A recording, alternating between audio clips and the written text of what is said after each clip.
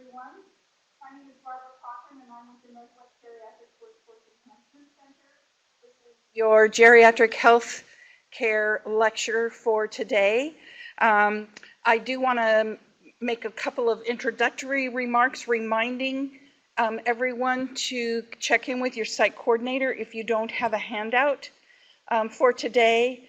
Also an evaluation form, and as we're getting to the end of this winter series, please check in with your site coordinators if you're wanting to get continuing education credit for the series. And these lectures are posted on our nwgwec.org website within about 48 hours or so of their live delivery. So you can access that information for free. Although if you access it on our website, you don't get continuing education credits. But there's a great bunch of almost 80 lectures at this point posted on that website. Also a reminder, if you haven't gotten the list of lectures for spring, check in with your site coordinators. We'll be starting up that lecture series, I believe the first week in April, the end of March. I don't have the date, I'm sorry. But that lecture series is focused on Alzheimer's disease and related dementias. And this is almost going to be a preview of that because you have a special treat today. When Dr. Chun has finished with his lecture, Nikki Eller from the Healthy Brain Research Network is going to give you some information about a resource for addressing Alzheimer's disease and related dementias in Asian Americans. And so that's kind of a preview to our lecture series next term. Okay, so first I'd like to introduce Dr. Alan Chun. He grew up in Hawaii and has worked as a family physician for nearly 4 decades, always in community health centers. He worked with the Native Hawaiian and Pacific Islander population for 12 years in Hawaii and then moved to Seattle over 20 years ago. He's been with the International Community Health Services at their International District Office in downtown Seattle, serving mostly the elderly Asian American population. He still rides his bike to commute to work and has learned to speak some Cantonese from the patients he's served. And as I was just telling him earlier, the earlier version of this lecture, which was quite some time ago, has been one of our most popular lectures. So you're in for a treat today. He's going to be talking with you about healthcare issues of older Asian Americans. He will take questions at the end of his lecture, and then we'll pause for a little bit of a mic readjustment, and then Nikki Eller will talk with you about the Asian American resource that's been developed. All right.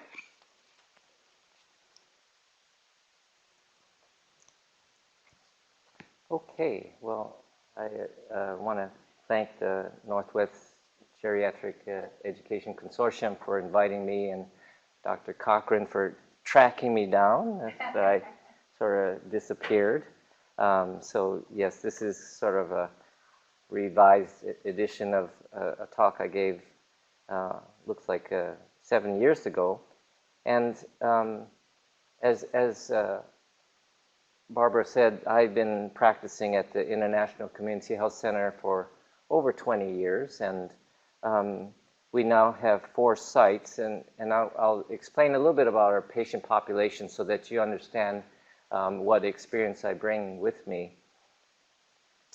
We now have 4 different sites within King County and serve over 30,000 patients a year, with Chinese and Vietnamese forming the majority of the ethnic groups in our patient base, though clearly 3 out of 4 patients identify themselves as Asian. Over 50% have limited English-speaking abilities and therefore require some assistance with either interpretation or enabling services, making referrals. So we provide all of that. And besides medical services, we have dental services, vision services. We try to provide everything in a all-you-can-get sort of format. And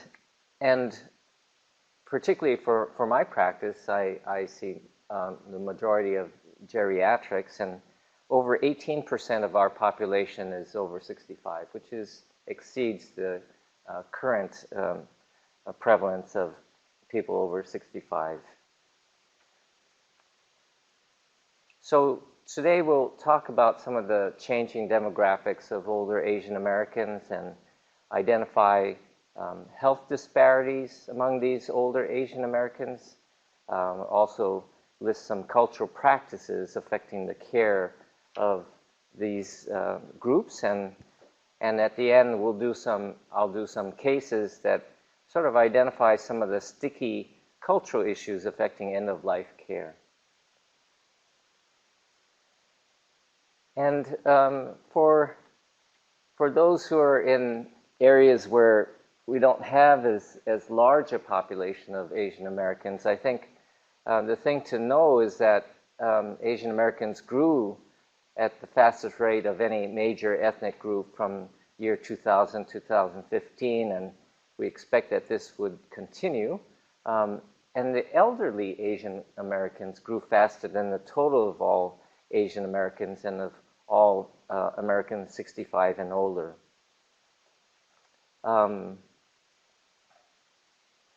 Currently, the Chinese elderly consists of the largest group and are almost 30% of all older Asian Americans. The thing about this older group is that clearly nearly 80% of them are foreign-born, and so a lot of the different prevalence of different conditions and the different cultural and linguistic issues that you will deal with, you need to keep in mind that these are people who are usually foreign-born.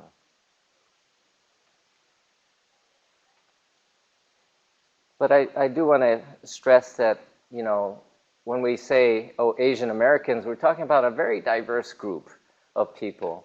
Though in the United States, over 90% of the older Asians are composed of these groups here: Chinese, Filipinos, Japanese, Korean, South Asians, and Vietnamese.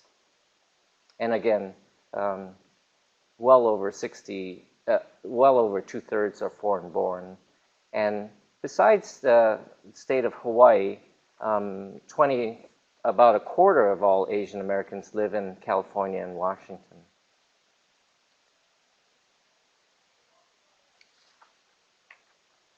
And this is a sort of a graphic picture. When we say Asian Americans and we say, where do they come from? It's like, you know, just a large part of the world. So one of the messages is that within this category of Asian Americans, there's a lot of diversity.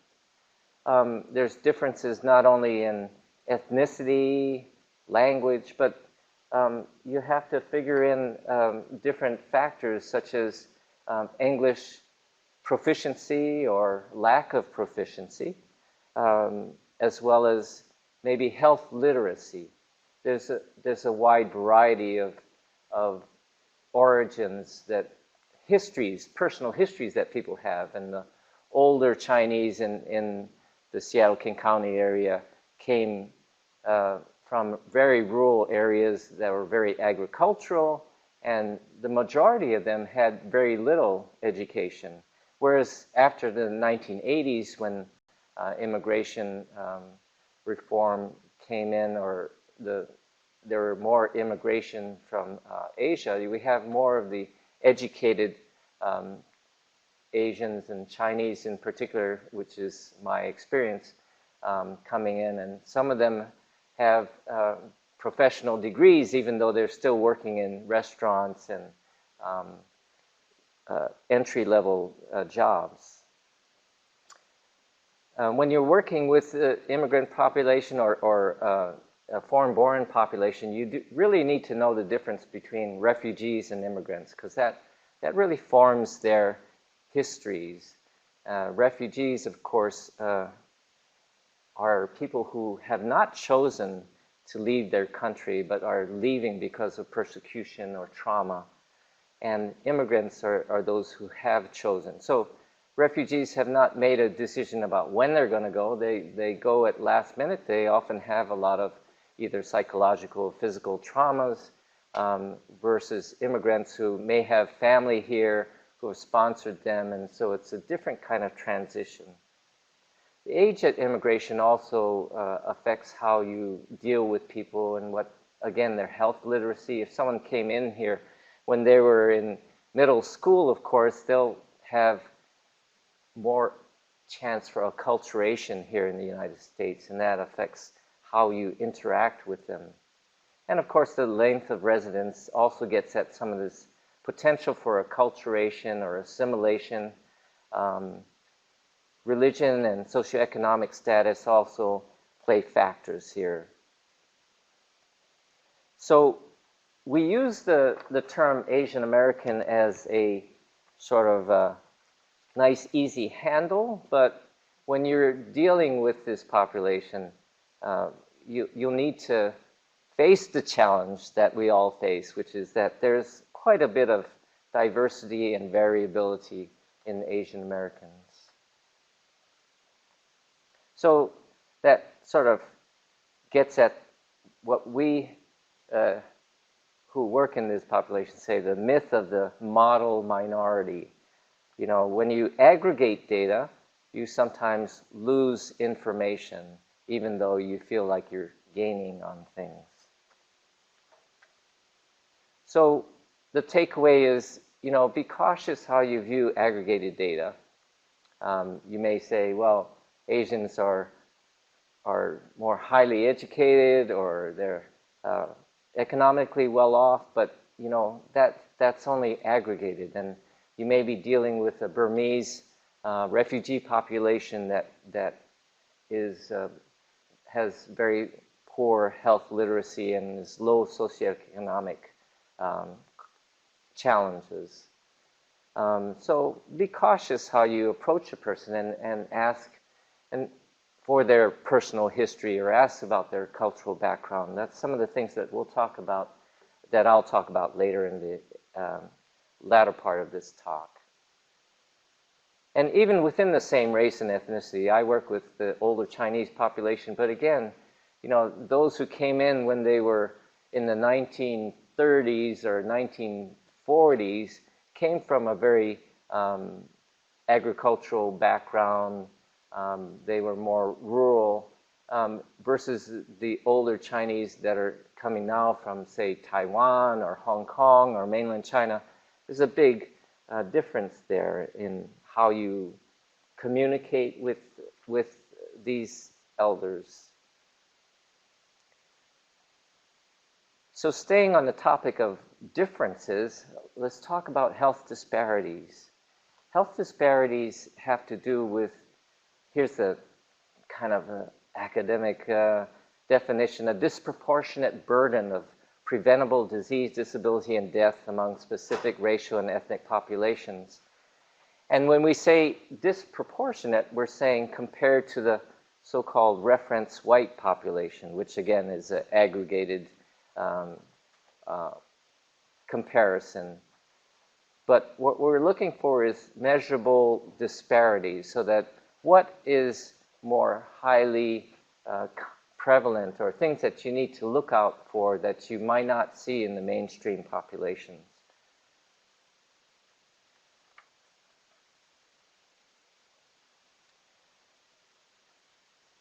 And so let's get into some of the specifics here. Infectious diseases, things that are very prevalent in the countries of origin, but maybe not so common here, or looks different.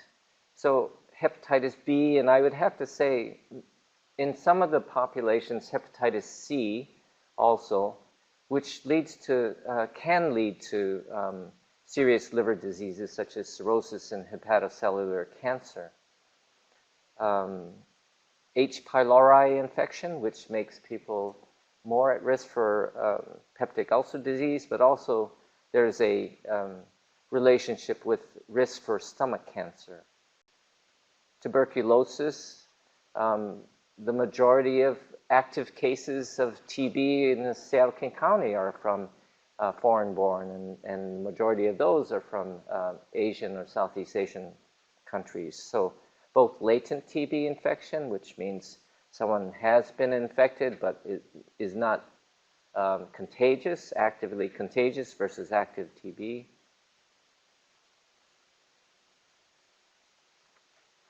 And then there's, within, again, disaggregating data, we find that, yeah, in the Vietnamese population, there has been reported higher incidence of cervical cancer in Vietnamese and Korean women, and also low rates of screening in these populations.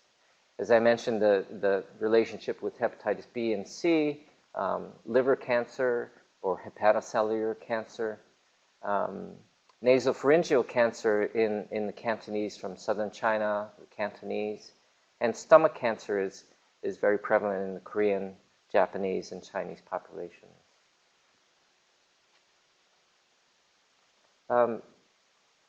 I'll pick on hepatitis B and liver cancer as one where, again, we have an opportunity to intervene in these, just as the paradigm of HIV, we're saying we need early diagnosis so that we can treat those and prevent complications. For hepatitis C, there are treatment for not everybody. There's certainly not a cure for hepatitis B, but there are medications to help reduce the risk and ongoing surveillance to do early detection. The survival rate with liver cancer was less than 5%, but it is rapidly changing, and it is much, there are many more treatment options that we have as long as we detect the liver cancer early. In terms of chronic diseases, we find diabetes highly prevalent in the ethnic Japanese, the Filipinos, the South Asian Americans. Heart disease in the South Asians. In fact, I think the Asian Indians have some of the highest rates of cardiovascular disease in the world, almost 3 times higher than the US rates. Osteoporosis in older Asian women, strokes in Chinese and Vietnamese, and then there's a prevalence of different hemoglobinopathies and anemias such as thalassemia, hemoglobin E, which is a type of thalassemia. And again, we need to be aware of this because someone who presents with a microcytic anemia, you can't assume that it's due to iron deficiency. In fact, people with thalassemia, you have to worry about iron overload. So that's a reason why we need to be aware of these disparities and differences. And then, of course, talking about not just the physical, but also social and mental health issues. Family violence includes intimate partner and elder abuse. You know, it's really difficult to get good data for this. And so it's probably much underreported and not well understood.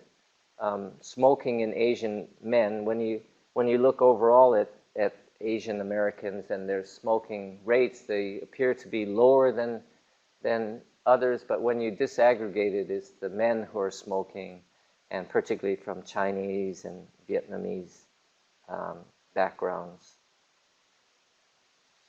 Post-traumatic stress disorder, particularly in refugees, depression, somatization disorders, and also this in the background of this, which we'll hopefully illustrate with one of our cases, is this cultural stigma for mental illnesses.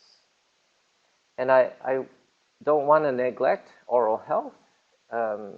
There's a background of lack of preventive care for teeth, and so a high prevalence of periodontal disease, caries, missing teeth.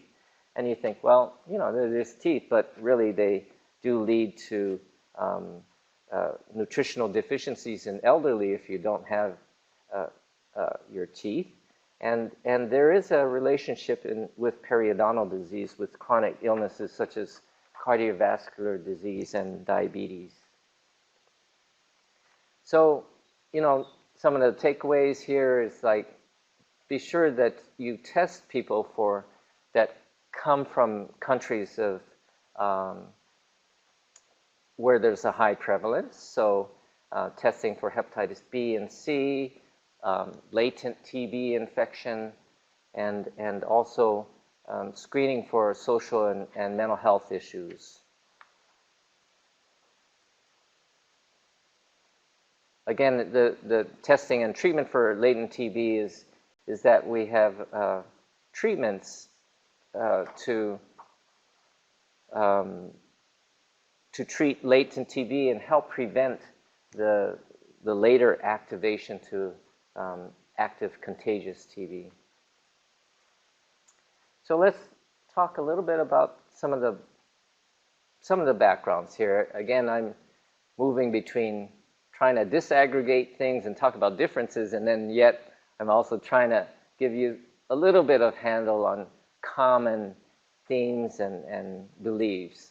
And a lot of this, I'm talking particularly with my population, which is the Chinese population, of believing that health is a state of physical and energy harmony with nature, that there's a relationship between the external environment and your internal energy flow.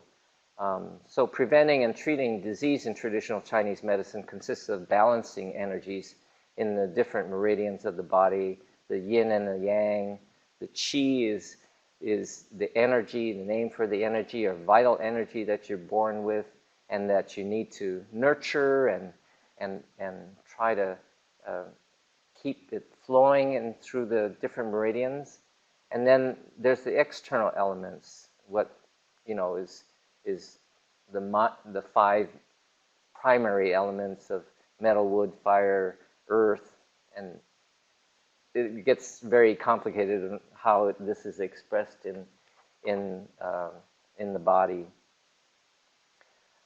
Some of the meridians have similar names to our organ system that we understand it. So there's a liver and a kidney meridian, but I'd have to say that there's not a good correlation between this, and I often have patients who have gone to a traditional Chinese medicine practitioner and they say, I have a problem with my liver meridian and I need a blood test for my liver, and oftentimes there's not anything that I can say, from a Western point of view.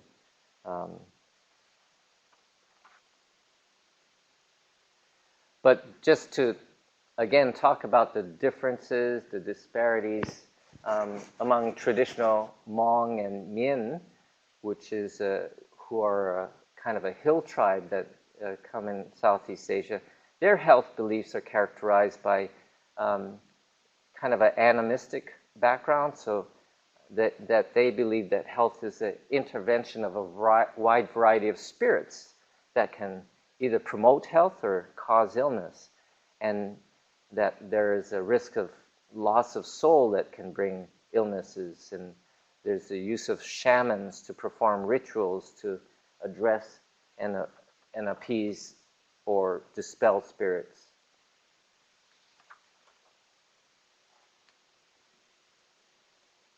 And some generalities here.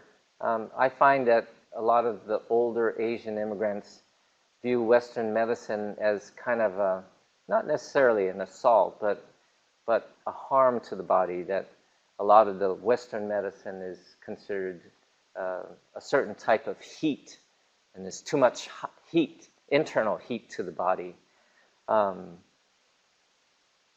So there's a reluctance to take medicines in some ways. I'll talk about some of the other ways. Eastern medicine, in contrast, may be seen as an attempt to correct the internal imbalances. And we'll talk about what some of these treatments are. But the idea is that you have these meridians of energy, and sometimes the energy gets blocked in certain areas, or there's an imbalance. There's too much of one type of energy, and you want to balance it out or correct that blockage. But pragmatically, my patients, view Western medicine as more powerful for acute conditions, so infections, serious pains, whereas Eastern medicine is viewed as essential to regulating daily health functioning. So at a very daily level, people may be taking herbs or teas or different things to imbalance low-level changes to their health.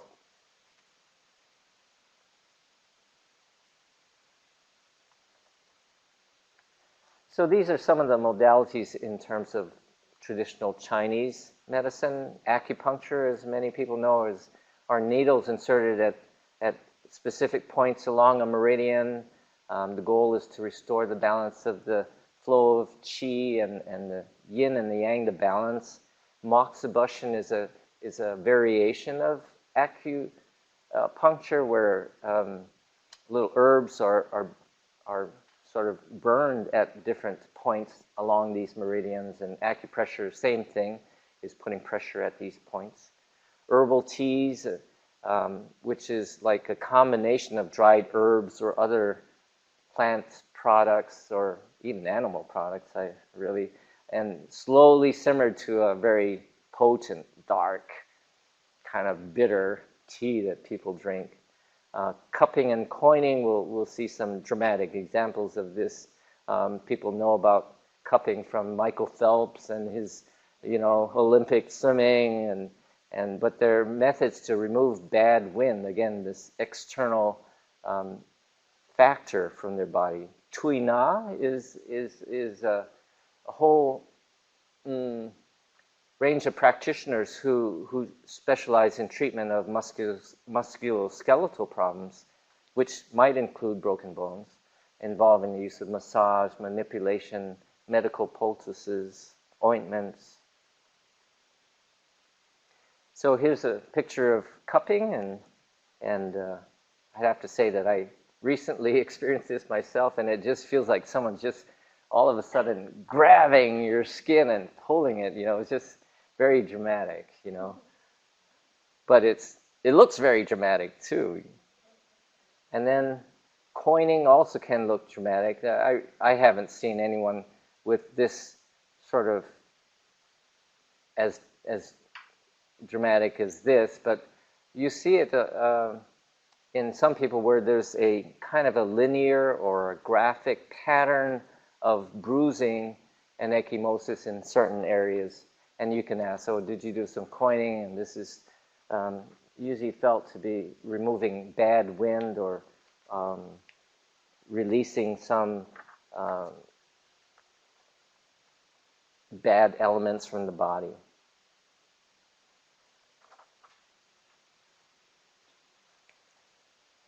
And there's a kind of a reluctance to have blood drawn. Blood is seen as a source of life, not easily regenerated. And I'd say kind of a reluctance to take Western medicine, but as I'll say, there's just contradictions to this reluctance to have surgery. Even though there's a reluctance to take medicines, I notice this phenomenon among my older patients of hoarding medicine and sharing it with their friends, because it worked for them. So, yeah, it's kind of a mixed bag here. Many of my population uses complementary or alternative medicine or traditional Chinese medicine, and they may or may not tell me about this. And I don't really have a lot of knowledge about traditional Chinese medicine other than conceptually, but so I used to really take the laissez-faire approach to this and say, well, I'm not trained in that type of medicine, and I don't know if it's harmful or not. I can't talk about the interactions. You should ask your traditional Chinese medicine practitioner. But I came across some articles that have sort of changed my mind about this, and that has to do with these recent studies. This is in 2015 from Australia, where they used high-tech ways to identify things besides mass spectrometry. They did DNA sequencing and found that 92% of herbal products had at least one type of contaminant that was undeclared. And these fell into sort of three main categories. Some were undeclared plant or animal products, like, endangered species kind of thing. Some of them were undeclared pharmaceutical products, so drug active, and some were heavy metal contamination. These were the three main categories. So you can see that it's not so benign that there's a little bit of dirt or a little bit of this in the stuff, that some of this is deliberately contaminated. And here's another study from Hong Kong in 2017 that showed that the 6 most common categories of adulterants were non-steroidal anti-inflammatories, medications to lose weight, corticosteroids, diuretics, anti-diabetic agents, and erectile dysfunction drugs. So in this study, there was and I really didn't read this study in detail, so it may be a sampling error, but they said that a significant proportion of patients, 65%, had adverse effects attributable to these illicit products, including 14 severe and 2 fatal cases. So the takeaway is, you really should ask about it. Don't rely on the labels or what it says in the internet about what's in there. And keep in mind the possibility of pharmaceutical or heavy metal contaminants in unexplained illnesses in those using traditional Chinese medicine. So let's go to some of these cases and talk about just a kind of an illustration of some of these issues that I brought up. And admittedly, these are not going to cover the whole range of things that I said are in terms of health disparities, but this is a case that was in the news about 7 years ago of a 60-year-old Cambodian woman. She was a refugee. She lost 2 children and her parents during the Khmer Rouge era. We know that there was a lot of cultural, physical, psychological trauma during that time. And she was treated for depression and schizophrenia. And without warning, one day she shot and killed her son-in-law, 2 granddaughters, and herself. In the weeks before, she talked about not tolerating colors and began wearing all white, color of purity. But yet her daughter, who survived, said that her mother rarely spoke of her experiences. I guess this was the takeaway for me, was that, there is a lot of different mental health and issues, particularly with refugees who have just gone through a lot of trauma to get here. This was talking particularly about Cambodian elders who have poor English skills and live in poverty. But a common theme through this is this reluctance to talk about illnesses, and this will come out in another case. Survivors of genocide are at higher risk for depression and PTSD, and also occult brain injuries. Rates of alcohol and drug abuse, homicide, assault are higher. So many of the Asian immigrants come from cultures that stigmatize mental illness. You'll see a lot of somatization of psychological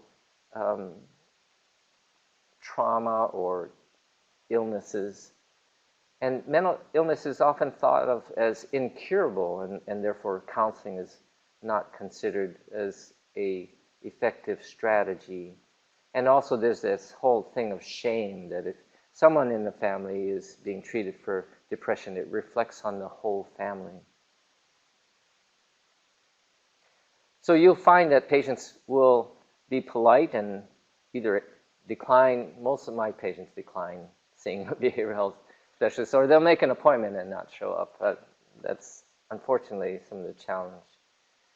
Well, this was a case that I experienced. Was a 74-year-old woman who was living in this assisted living facility that's adjacent to our clinic that actually ICHS is going to be taking over, and she was transferring care from someone else. She had a history of osteoporosis, hypertension, depression.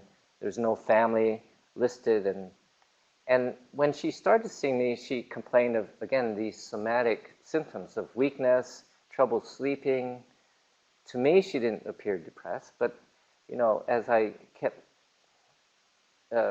meeting with her, it seemed like depression was an issue, but again, her complaints were lack of appetite, can't sleep, and she really was very closed about saying what was going on. She said that there was something about the family, but wouldn't disclose anything, and certainly didn't want to speak to a behavioral health specialist. And the third month, came to see me with insomnia, said she wanted to see a sleep specialist, even though the month before I did give her some medications to help with sleep and depression.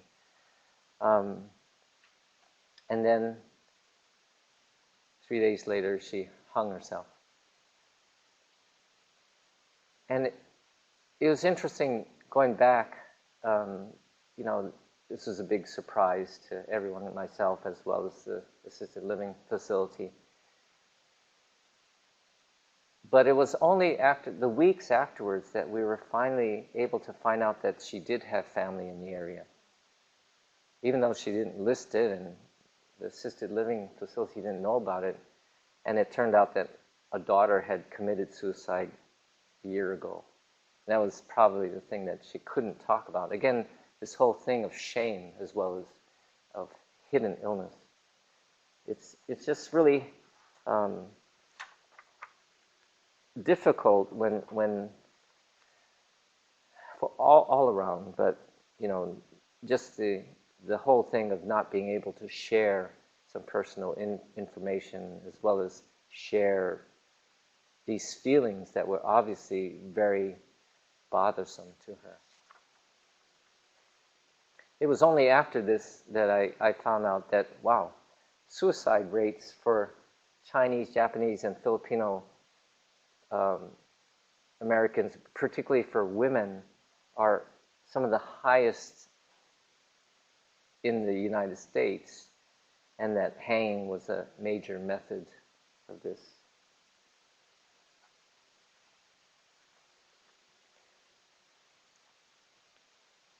So again, this whole thing of shame and not disclosing feelings outside of the family, that it reflects on the family, and it just makes it more challenging when you're dealing with someone, with people who,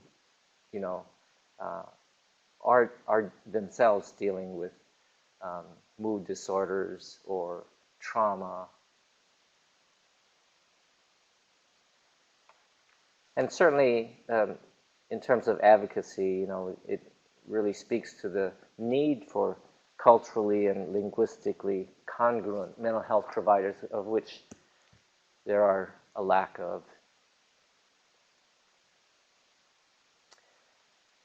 This next case is one that I think if you put yourself in this situation, it's pretty challenging, but maybe not too dissimilar from others that you've seen, where a Vietnamese woman is transferring care to me, and her daughter-in-law is the one who approaches me and says that they just found out she has lung cancer, and she's going to need treatment for it, but they don't want her to know that she has cancer. So, it's like, what a prep, for me. It's like, because in America we believe in patient autonomy and transparency. But let's talk about end-of-life care, that there are 3 dimensions in end-of-life treatment that may differ culturally. That is how we communicate bad news, or how we make decisions, who makes decisions, and attitudes about advanced directives and end-of-life care. In the United States, as I said, we really emphasize informed consent. If you go through training here, you'll get this over and over again. The value of individual autonomy, which is the right to make decisions for yourself and the right to know what's happening. Other cultures may emphasize beneficence more, which is not doing harm, protecting patients from emotional and mental harm of hearing so-called bad news or significant news. For other cultures, there are like maybe 4 primary reasons for not disclosing information. In certain cultures, just discussing illness and death is considered not just disrespectful or impolite, but it may actually take on a sense of putting a curse on someone. If you say that you might die, that means you're bringing up the whole thing of death, and already that affects someone's prognosis. And then there's the worry that it may provoke unnecessary depression or anxiety in that person, or eliminate hope for them, or that speaking about that hypothetical condition makes it real because of the power of spoken words. There was one example that I had where I was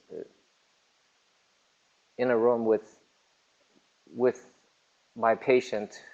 His son was in the room, and and this patient was depressed, and I was going through the whole PHQ, and of course asking about suicidal thoughts.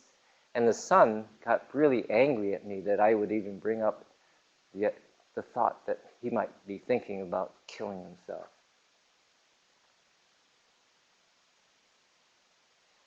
So this is from this article that I put in the resources at the end, Negotiating Cross-Cultural Issues, and this is the words from Dr. Kagawa Singer. Assuming that a Chinese woman would not want to be told because she's Chinese is stereotyping, but insisting that she must be told is a form of cultural imperialism. The challenge is to navigate between these 2 poles. Yeah, this is quite a challenge. So how do you negotiate this very fragile kind of boundary? Well, you want to have trained interpreters. You want to have people that can do some not just linguistic translations, but maybe help you culturally as a cultural broker. And you want to keep checking for understanding from that person. Please share with me what your understanding of what's going on and what we're considering.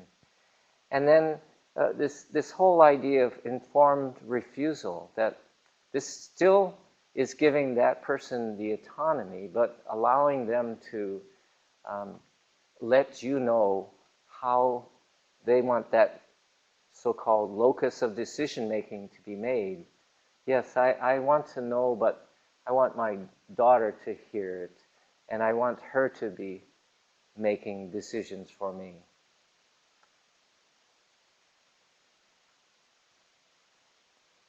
So there's a long tradition of family-centered healthcare decisions in many other cultures, or many cultures within the United States. And illness is considered a family event, which it really is, And family-centered decisions may be seen as protecting the dying patient from the burden of making difficult choices. We really ask a lot of our patients. When we're really going for informed consent, we're saying, not only do you have this serious life-threatening illness, but here's all these treatments that we have and the options for you on chemotherapy, surgery, radiation. And then we say, what do you want to do? It's just kind of like putting a really big burden on someone who has just been sort of emotionally taking in all of these things. So when seen from this perspective, maybe it is nice to have a maybe more objective but caring person in the role of helping make that decision for you. And we sort of do this, informally, that, oh, my daughter who's, in college or going to medical school is going to be taking in all this information. I still want to be informed of this, but I'm going to defer something to that person. We always say, bring in a loved one or someone with you, because it's really hard to deal with receiving this information, and in some ways we just sort of overload people with information. So certainly you want to be determining who's the key family members and ensure they're included in discussions. Ask, is there anyone else that I should talk with?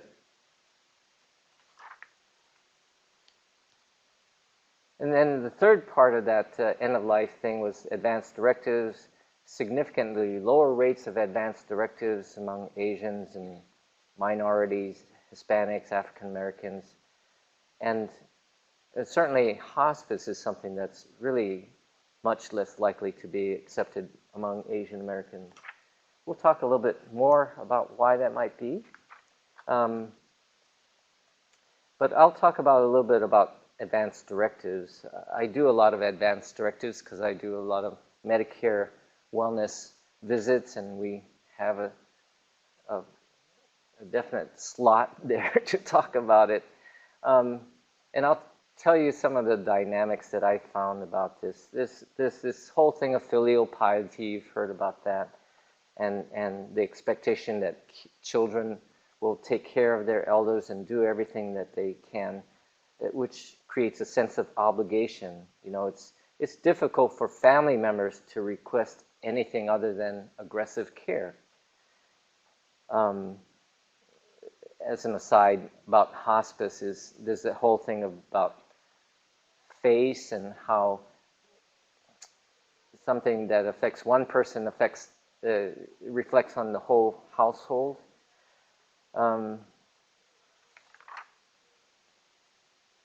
But when I've discussed advanced directives with my elderly patients, particularly those that are 70, 75, the vast majority of them say DNAR. I don't want to be, if my heart stops, my breathing stops, just let me go naturally. I don't want CPR. They have the older generation have a sense of not just shame, but they don't want to be a burden to their children. And they've lived a good life. They feel like, after I retire and I'm like 70 years old, I'm living on easy here. I've had a full life. But if you discuss advanced directives with their children, they're going to say, I want everything done, because they're coming from a different perspective and a different sense of obligation. So it's really important, I feel, to have this discussion with elders, with an interpreter, and yes, maybe with their children present if possible, but at least have this discussion with the elders so that they can let you know what their wishes are directly. And then I always tell them, now it's really important that you share this with your kids, because you're asking them to make this decision for you. It's a very big responsibility, and it's a lot of responsibility for them to make this decision. So again, getting at how do you get at some of these cultural differences? You ask people. It's like some people want to know everything about their medical conditions, and others don't. What's your preference? Do you prefer to make decisions by yourself, or do you prefer to have other people make them for you? And even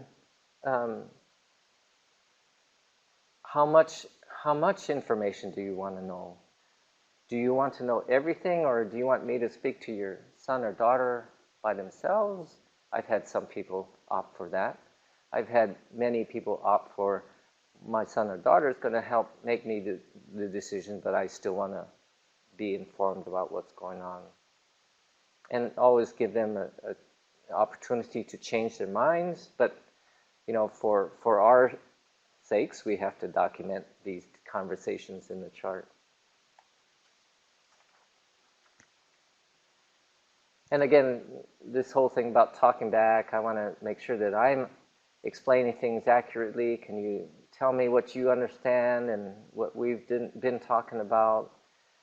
Is there anything else that would be helpful for me to know about your family or your religious views in terms of serious illnesses like this?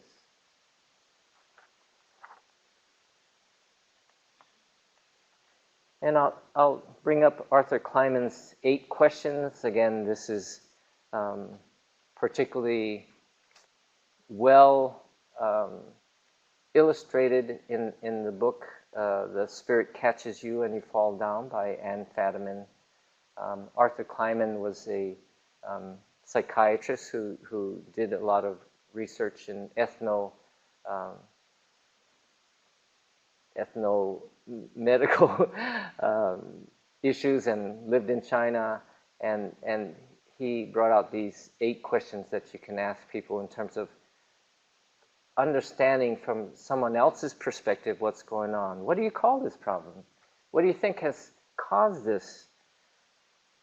Why do you think it started when it did? And what do you think the sickness does? How does it work? How severe is it? You know, what kind of treatment do you think someone should receive who has this? And you know, what are some of the chief problems that this has caused you? What do you fear most about this? This gets at that whole thing where we say there's diversity and differences based on people's backgrounds, and you just can't assume what it is unless you ask them. Of course, for us who don't speak the language, we really need a really good trained interpreter who can also function as a cultural broker. So this patient chose the middle ground. She wanted her family to make most of the decisions, but did want to know about her test results. Eventually, she was treated for lung cancer, knew about it, and then because she didn't respond well, I'm told that she eventually did accept hospice at the very end. And I'll close with this last case, which is one of the first older Chinese men that I worked with 2 decades ago, who was living in a low-income senior housing. He had no family, which was common back then. You know, there was this immigration restriction, so older men couldn't bring in wives or their family, and so we had a lot of older bachelors living in the district who worked on the railroads or worked in restaurants, but you know, really had been gone for like 50 years, so they didn't really have family that they could return to. And he was diagnosed with metastatic lung cancer, slowly declining, lived alone, refused offers to move into a nursing home or accept hospice. We had a really great young case manager from a Housing Alliance organization, and towards the end, he said that he was very grateful for my care and stated that he was going to return to Taiwan to die. That he had been in contact with friends there who would assist him even though he hadn't seen them in decades. And 2 days later, he died alone in his apartment. And this was very, very sad to me, but I think it sort of reflects the whole idea of many issues about not wanting to be a burden. There's this thing about hospice, about coming into your household space, your personal space, that's very personal. And I find families just reluctant to go there, even though I tell them, you know, this is great. You get a nurse that comes in every week and they can help you with medications. You don't have to come into the office as well. And, you know, but there's many different issues that make it hard. And I think there's also just a lack of cultural understanding of what hospice is, because there's not hospice available in countries of origin.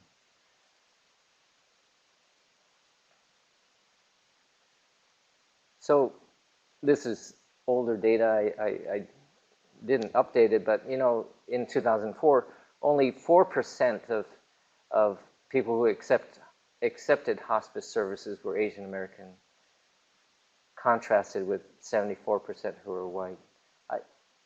I'm sure it's improved, but I don't know that it's improved a lot.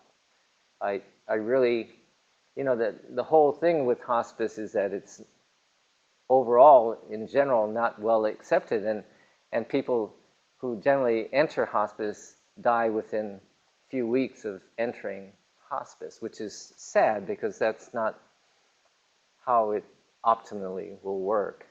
And I find that with my population, most of them also feel that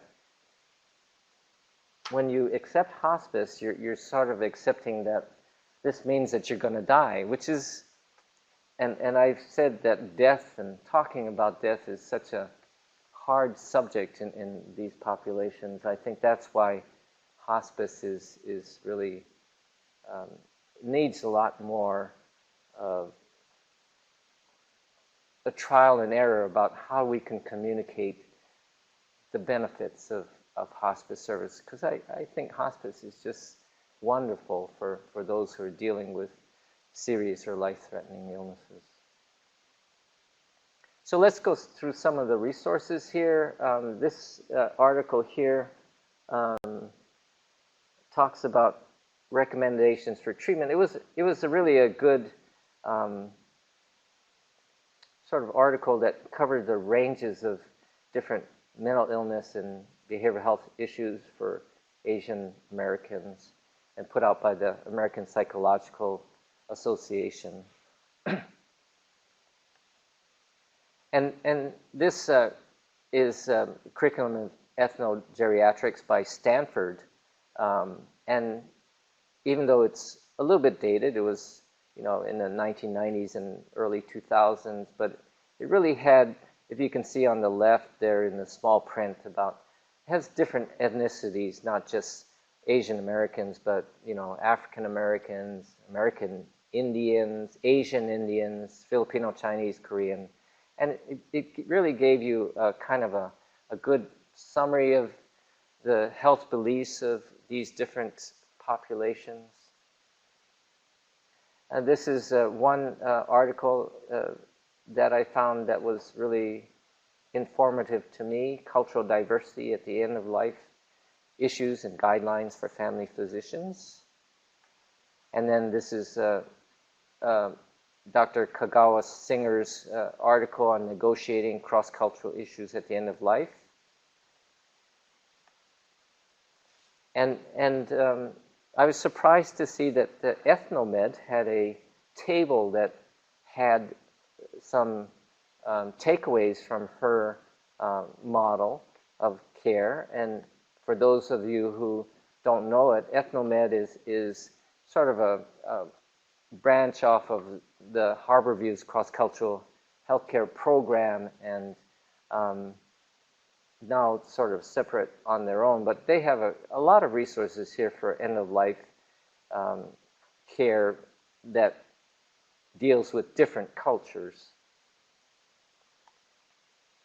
And this was particularly for the Chinese, one of the few examples of an organization trying to address the communication and learning about hospice, and they had like videos in Mandarin about understanding hospice and the role it can play. I also would promote this Doorway Thoughts, which are sort of published by the American Geriatric Society and now available on this Geriatrics Care Online. They have two volumes that also talk about cross-cultural health care for older adults from different ethnic backgrounds. So, I think I've come to the end of my talk, and we'll open it up to questions. Sorry, we have one question already, and this is services in Seattle, do you always use the word hospice, or do you use the phrase support services? What other supports might you offer if someone is not interested in hospice? Yeah, great question. So, unfortunately, I don't control how hospice is translated or interpreted. And really, I've forgotten how it's interpreted, but it really sounds pretty gruesome. It just sounds like, you're dying. And so I think, I usually describe it by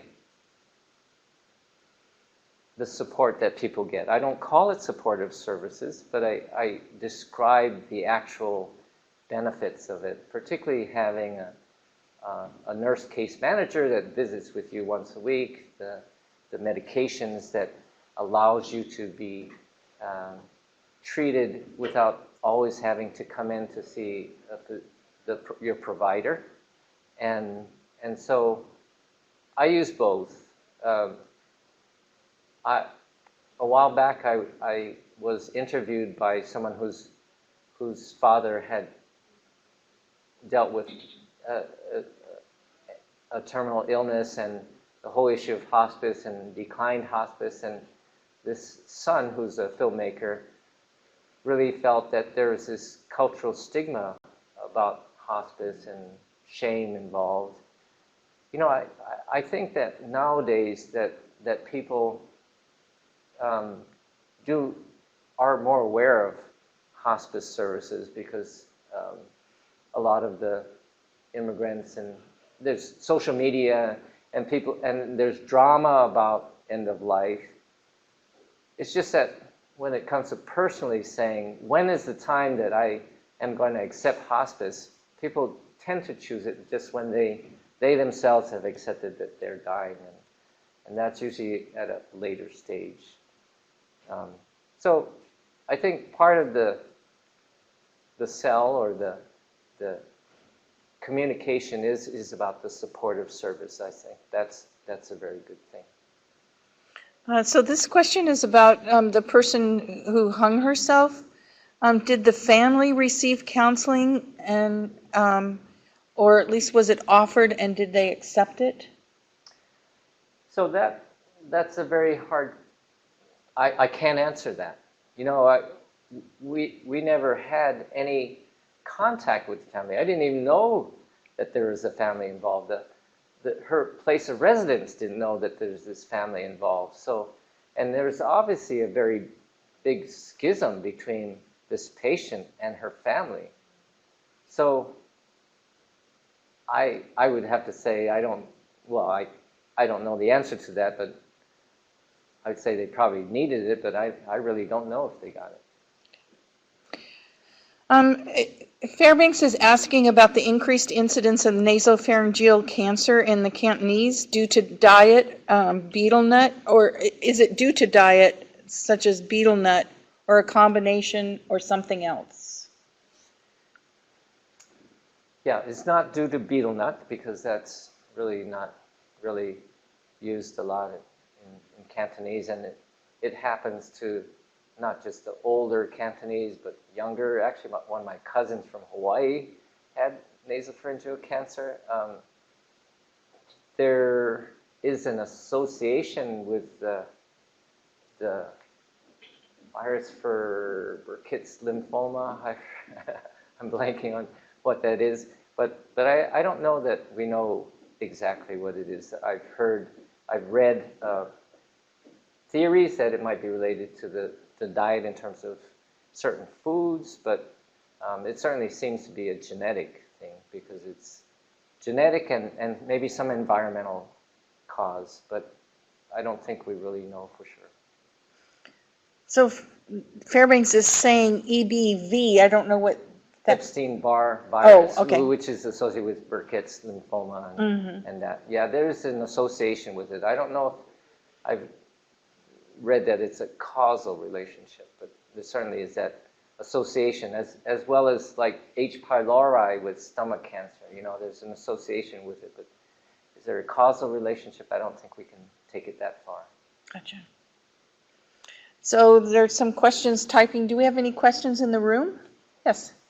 I have a question about the duration of stay, how long a geriatric population has stayed in the United States.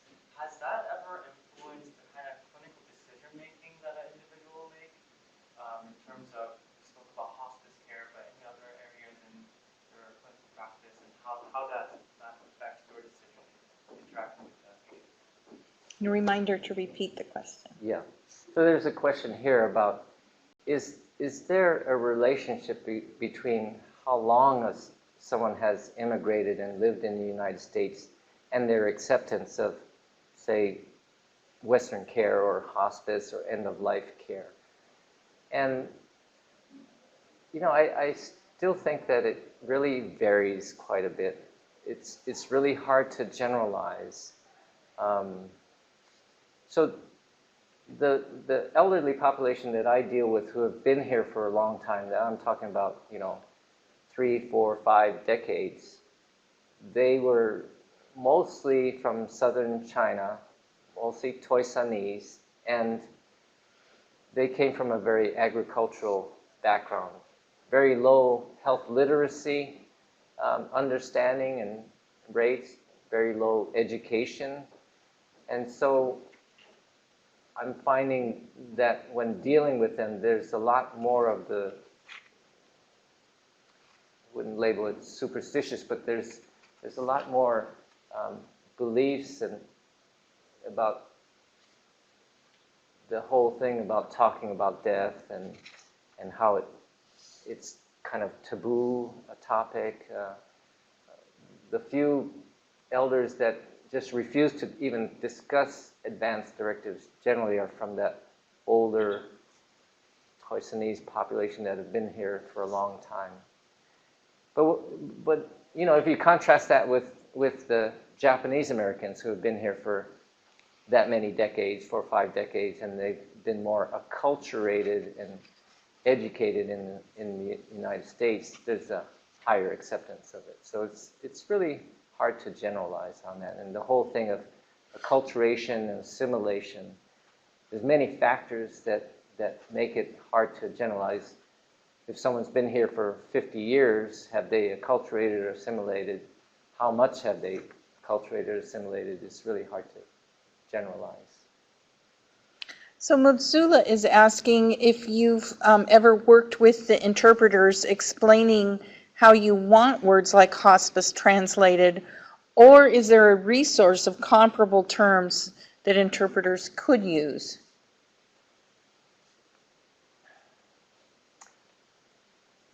I don't usually get into that level of detail.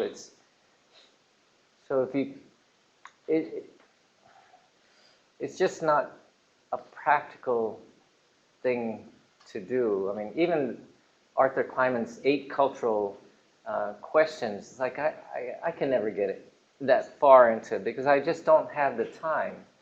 And then when you're dealing with an interpreter, you can't, you know, I don't know the language, so I can't tell what they're saying and how they're interpreting it. So it's really difficult to get into that level of detail. I think it'd be good when you're having serious conversations, whether it's dealing with mental health issues or life-threatening issues, that you try to huddle with the interpreter and see where that person's background and that before you have this conversation. I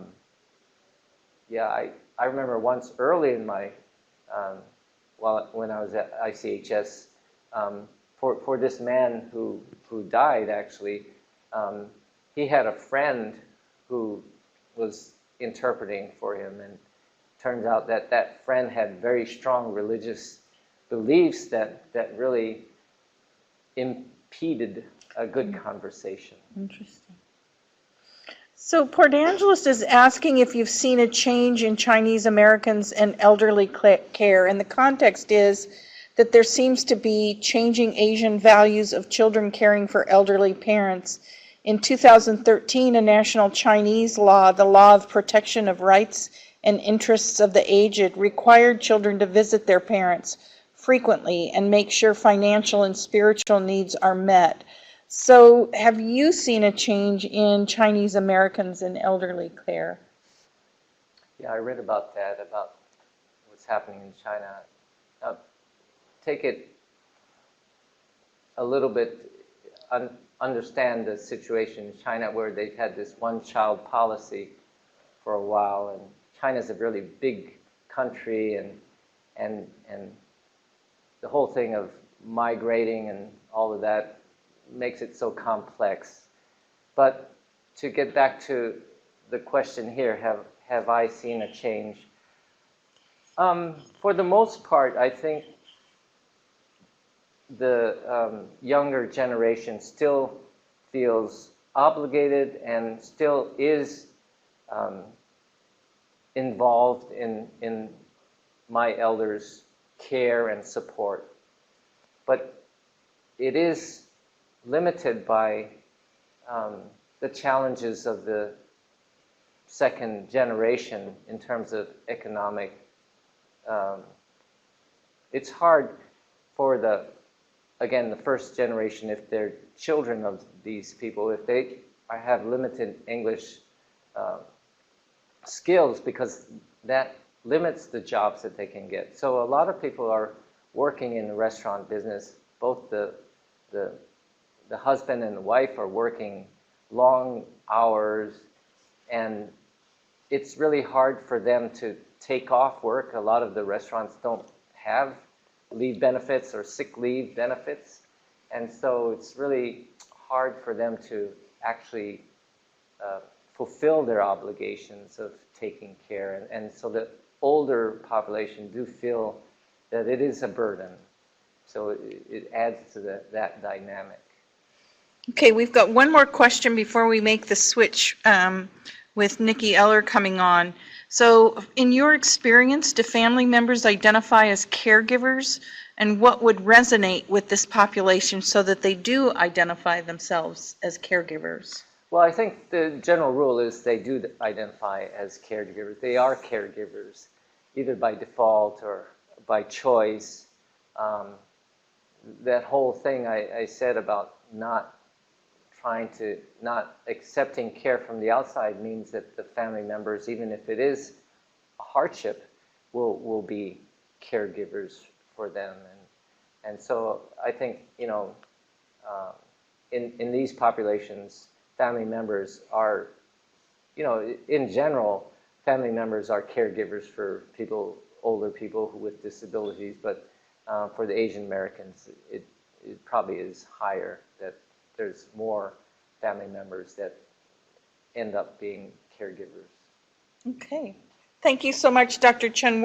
Please hang in there with us. We're going to make a quick change in microphones, and then Nikki Eller is going to come and talk about the Alzheimer's disease and related dementias Asia American resource. You have that, her slides at the end of your handout, and the resource actually is duplicated at the end of your handout as well. Thank you so much, Dr. Chung. Boy, they were quick. Yeah, all right. So I'm Nikki Eller. I'm with the Healthy Brain Research Network at the University of Washington. Dr. Chun's really done a great job of giving us some of the background, so I think I can go a little quicker through my slides here. So I'm here to talk about a tool, an action guide that we've developed to help providers connect better with Asian Americans, particularly about Alzheimer's disease and related dementias. That came out of a research project we did using focus groups to test messages that were aimed at encouraging adult children to bring their older loved ones in for cognitive evaluations to try and catch dementia at earlier stages. And this was part of a research project across the country with different populations, but here we focused particularly on Chinese and Japanese Americans in King County. Just to give you an idea, these are some of the test messages we used with the groups. I don't have time to really go over the study results, but basically kind of the more direct we could be, the more obvious, the better. For example, the message on the right there that shows the doctor made a lot more sense to people than the message on the left that is a nice picture of a guy with his dad but doesn't relate directly to cognitive evaluations in any way. Why did we work with Asian American and Pacific Islanders? As Dr. Chun has kind of told us, they're a very fast-growing minority population, the fastest-growing minority population, and there's a particularly large population here in Washington State. And according to an AARP survey, they are twice as likely to be providing care or support for an older relative compared with other racial or ethnic groups. According to this survey, 42% of Asian Americans were caring for an older loved one compared to only 20% of people from other ethnic backgrounds. The social stigma, it really is a problem. Alzheimer's disease is viewed as a mental illness. The blame for the disease is often placed on the person suffering from it or their families. And so it's not something people want to talk about or admit that there might be problems going on. And in Chinese, for example, they don't even have a really good translation for the word dementia or Alzheimer's disease, and so they have to find other words. I read one case study where somebody was told that they were catatonic and crazy, which is certainly not a diagnosis I would like to receive. And this definitely came up in the focus groups we conducted. I've got a quote here from a Chinese woman. "In my family, or maybe my culture, we don't like to visit doctor or tell anyone they are sick, especially aging parents. They are afraid give us extra burden if they tell they are sick." So you can see there's some of the not wanting to burden other family members with your own kind of problems. And people also talked about how it's easy to go to the doctor for something like a broken leg that's an obvious physical illness, but mental illnesses are really kind of kept to themselves. We also asked our focus group participants, when they thought about their parents getting older, what were some of their biggest concerns? Healthcare cost was definitely at the top of the list, but for this population also cultural appropriateness was a concern, particularly if parents don't speak English or don't really like American foods. Finding services that kind of cater to those specific populations is a concern. People wanted to know what resources were out there. There was a lot of just sort of lack of awareness of things like respite services for caregivers, things like that. Maintaining independence and quality of life. Everybody wants that. And back to that social stigma again, how you start a conversation with a parent that you think might be having, starting to show memory problems, how you tell them, I think maybe you need to see a doctor when it's something that you don't really want to bring up. And that's hard for everybody. But so with all that background, all of those barriers in mind, we partnered with the National Asian Pacific Center on Aging to produce an action guide with 3 things you can do as providers to sort of address these issues. And so the first one is to advocate for adequate resources to end Alzheimer's disease for all Americans, including AAPIs. And that acronym is Asian American and Pacific Islanders. It's really important that the money we're getting to conduct research on cures for Alzheimer's disease, to provide respite care, to train providers on how to recognize signs and symptoms, that it be inclusive of AAPI-specific problems. There's really not enough research going on right now that includes minorities, and it's going to be important. Second action item is to collect disaggregated race data so that you can tailor education and long-term services and supports. AAPI, I think, as we've kind of seen, encompasses a huge range of diversity, over 50 different sub-ethnicities, over 100 languages.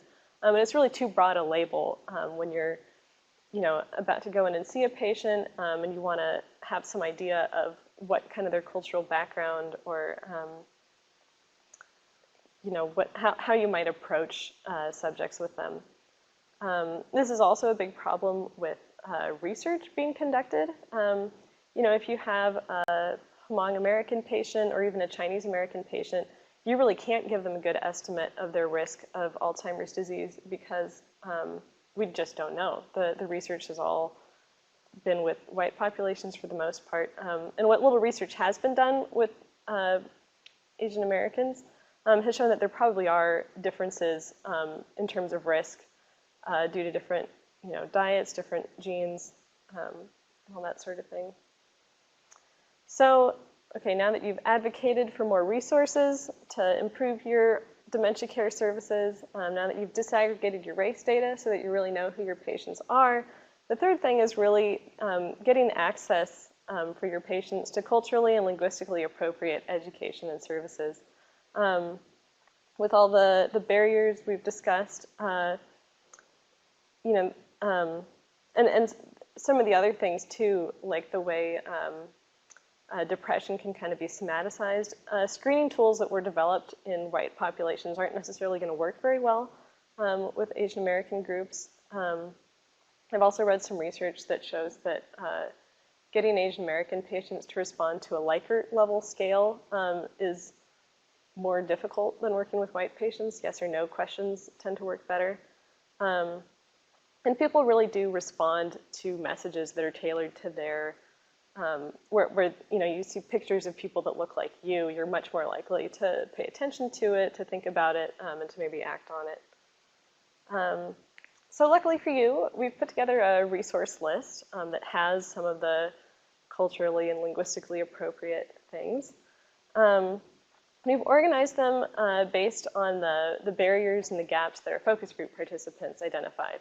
So, why I should even go and get a cognitive evaluation, some of the warning signs and symptoms of dementia, how to go about finding a doctor who can provide memory care or diagnosis, how to start that difficult conversation about cognitive decline or memory problems, support for people who are already caring for someone with Alzheimer's.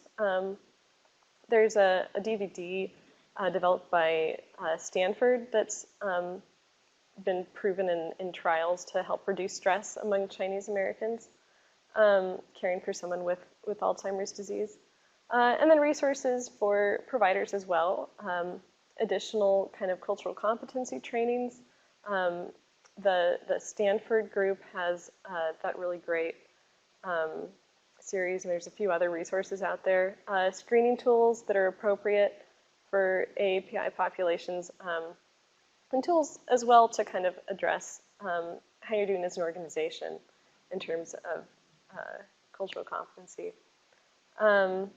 So I don't have time to go through all of the resources, but I'd encourage you to take a look at them. They're just on the last few pages of the handout there. Also wanted to make sure we thank all of the partners who helped us put together the action guide, helped us disseminate it. Here's the link where you can go download your own color copy or print it out. At this point, if you want to follow up with us, please contact my colleague Gwen Money there at the second email address.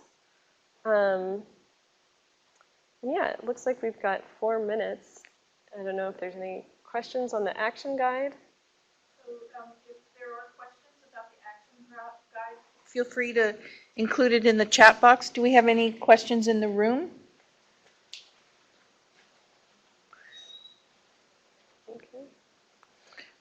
Just a clarification that this action guide is not specific to Seattle. No, definitely not. We developed it with NAPCA, intending it for national dissemination, so the resources are all available online, and they're not Seattle specific at all.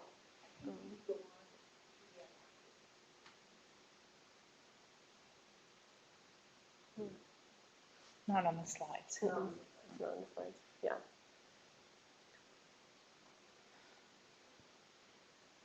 Any questions about the action guide? You do have a link there. You can download it, and it is copied at the end of your handout as well. Looks like someone's typing here.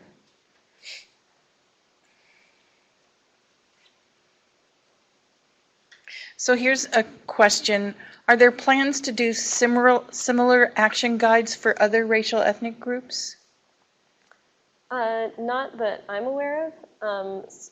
We are hoping to publish a paper soon comparing how the messaging project went with other populations. I think the other populations studied were African Americans, whites, Latinos, and LGBTQ at different places around the country. So hopefully that'll be out in another year or so. Okay, what I'm getting is lots of thank you. All So right. thank you so much. This is a great resource, and thanks to Dr. Chun as well. And we'll see you next week.